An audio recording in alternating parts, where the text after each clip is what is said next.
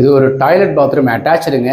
So economy இடத்துல டவுனுக்குள்ளே நாங்கள் பண்ணியிருக்கிறதுனால பாருங்கள், இது வந்து ஷவருக்கு உண்டான ப்ரொவிஷன் கொடுத்துருக்கிறதுக்கு உண்டான ஒரு அமைப்பு குட்டியாக.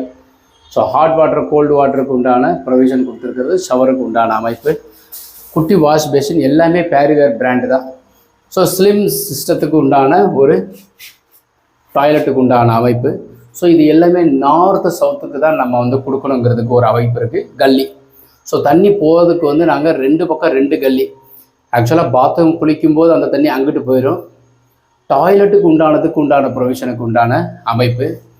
இது வந்து உங்களுக்கு திங்ஸ் வச்சுக்கிறதுக்கு உண்டானது.